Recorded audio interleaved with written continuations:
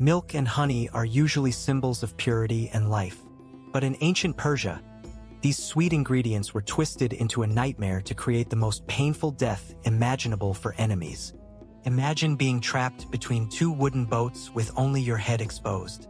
You cannot move, you cannot sleep, and you are being forced to eat until your body completely shuts down. This punishment was not about a quick execution. It was a method where nature itself was weaponized against the victim, turning the local swamp into a living, breathing torture chamber. The victim was force-fed a rich mixture until they physically could not swallow. If they refused, their eyes were pricked with sharp needles until they opened their mouths to eat. The goal was not to kill the prisoner immediately. The goal was to keep them alive for weeks.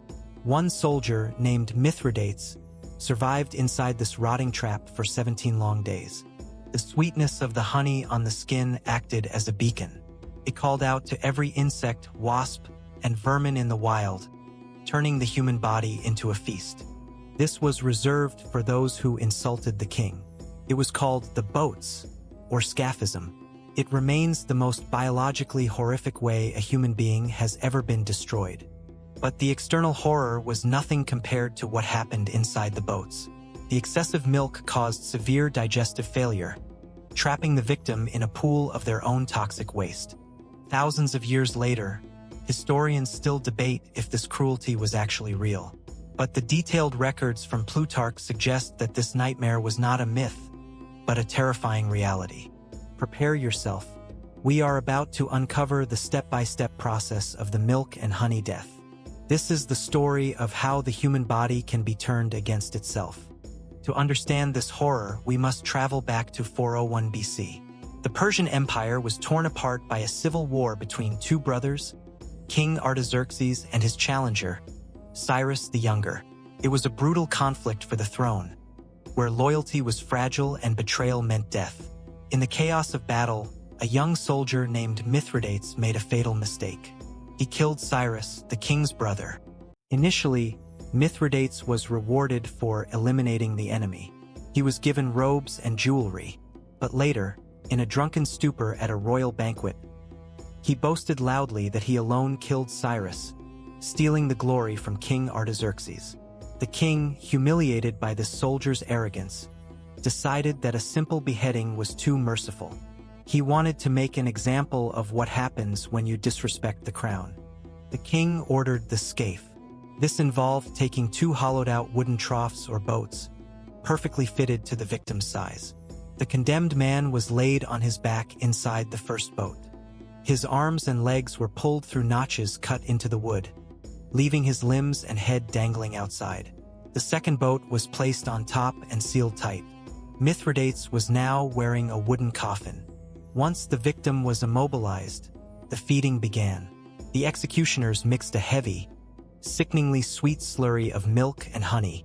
They forced it down Mithridates' throat. He gagged and choked, but they continued pouring until his stomach was distended and painful. The human body is not designed to process such massive quantities of lactose and sugar at once. This was the first stage of the biological weapon. Next, they took the remaining honey and painted it over his exposed face.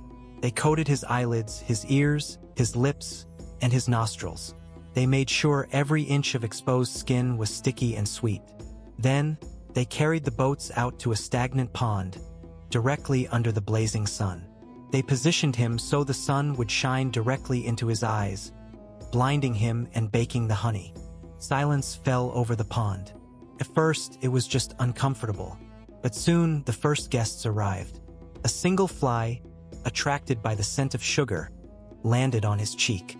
Then another, then a wasp. Within hours, clouds of insects swarmed his face. They crawled into his nose and ears to get to the honey.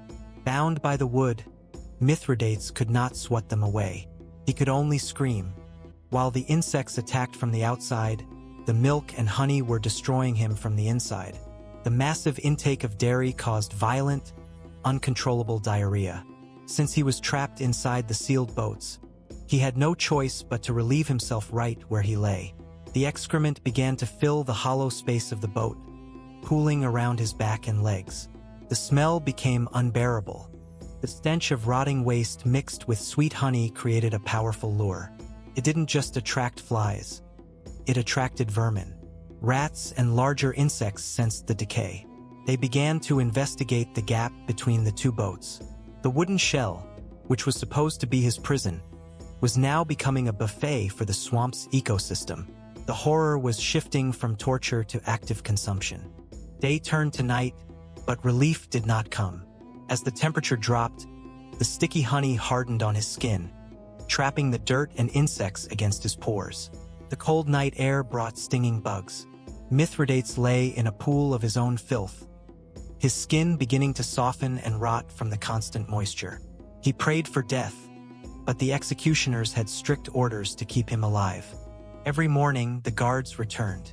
They checked to see if he was still breathing. Seeing he was alive, they repeated the process. They forced more milk and honey down his throat to prevent dehydration and starvation. If he tried to starve himself, they tortured him until he swallowed. They kneaded his heart to keep beating so that the blood would keep flowing to feed the insects. By the fourth day, the conditions inside the boat were nightmarish. The insects attracted to his waste had laid eggs. Larvae and maggots began to hatch within the filth. Seeking food, they burrowed into his soft, waterlogged skin. They began to eat the living flesh of his back and legs. He could feel them moving inside him, burrowing deeper into his muscles, eating him alive from the bottom up. His face was a swollen mass of bites.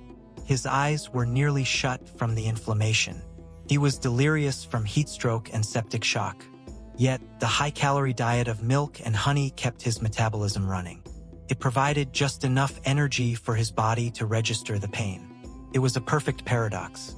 The food kept him alive only so he could continue to experience the process of dying. To a passerby, the boat looked peaceful floating on the water. But up close, it was a vibrating coffin. The sound of buzzing was deafening.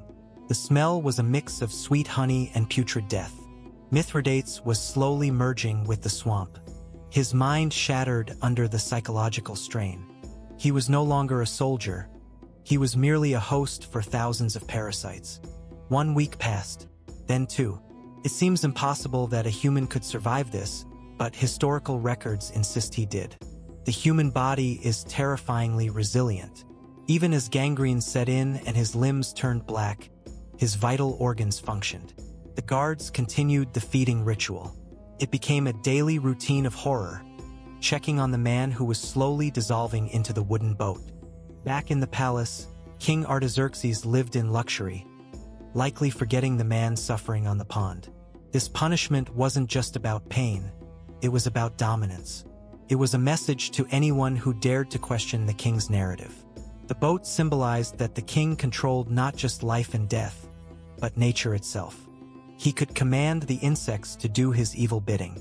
Finally, on the 17th day, Mithridates expired. The guards pulled the boat to shore and pried off the top lid.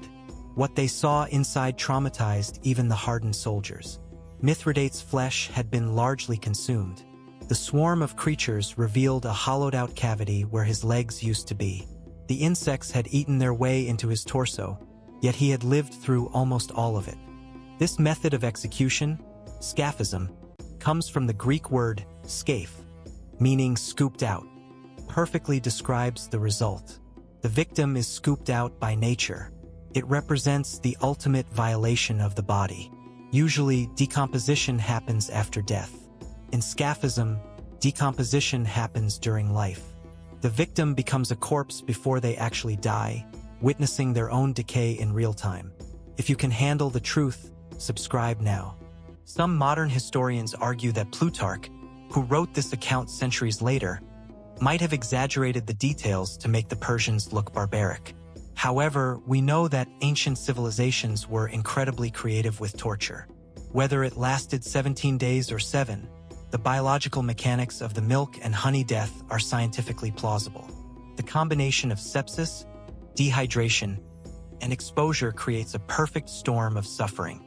The irony is the most haunting part. Milk and honey are the first foods a mother gives a child. They represent care and nutrition.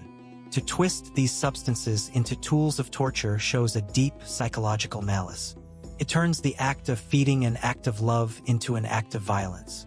It destroys the victim's connection to the most basic comforts of life. Scaphism stands alone in the history of torture. The rack breaks bones. Fire burns skin. The guillotine ends life instantly. But the boats destroy the soul. They strip away humanity layer by layer. It reduces a warrior like Mithridates to nothing more than food for the lowest creatures on the food chain. It is total humiliation combined with maximum physical agony. Psychologists suggest that the victim would have gone insane within the first 48 hours. The sensory deprivation combined with sensory overload, unable to move, yet feeling everything, would break the mind. The buzzing of the flies would become the only reality. In the end, death would have been the only mercy, a sweet release that was denied to him for over 2 weeks. The Persian Empire has long since fallen to dust. The kings are gone. The boats have rotted away. But the story of Mithridates remains. It serves as a grim reminder of the darkness that lies within the human heart. When unchecked power meets creative cruelty, the results are nightmares that can last for thousands of years. Today, we buy milk and honey from the grocery store without a second thought. But for those who know history, these items carry a shadow. They remind us of the man in the boat. They remind us that civilization is fragile, and the line between justice and savagery is often thinner than we like to admit. So, was Scaphism the worst way to die in history? Many experts say yes. It prolonged suffering longer than crucifixion and was more invasive than burning. It utilized the victim's own biological functions against them. It turned the miracle of life, metabolism, and digestion into the instrument of death. It was quite literally a living hell. As we look back at the ancient world, we see monuments of gold and stone. But hidden in the shadows of those monuments are the stories of the victims. Mithridates was a soldier who made a drunken mistake, and for that, he paid with 17 days of unimaginable horror. His screams have faded, but the warning remains clear. If you think Scaphism was a disgusting misuse of the human body, you won't believe what the Victorians did. They didn't just torture bodies. They ate them as medicine. It's called mellified man, and it is even darker than the boats. Click the video on your screen right now to uncover why people used to eat mummies for dessert. I'll see you there.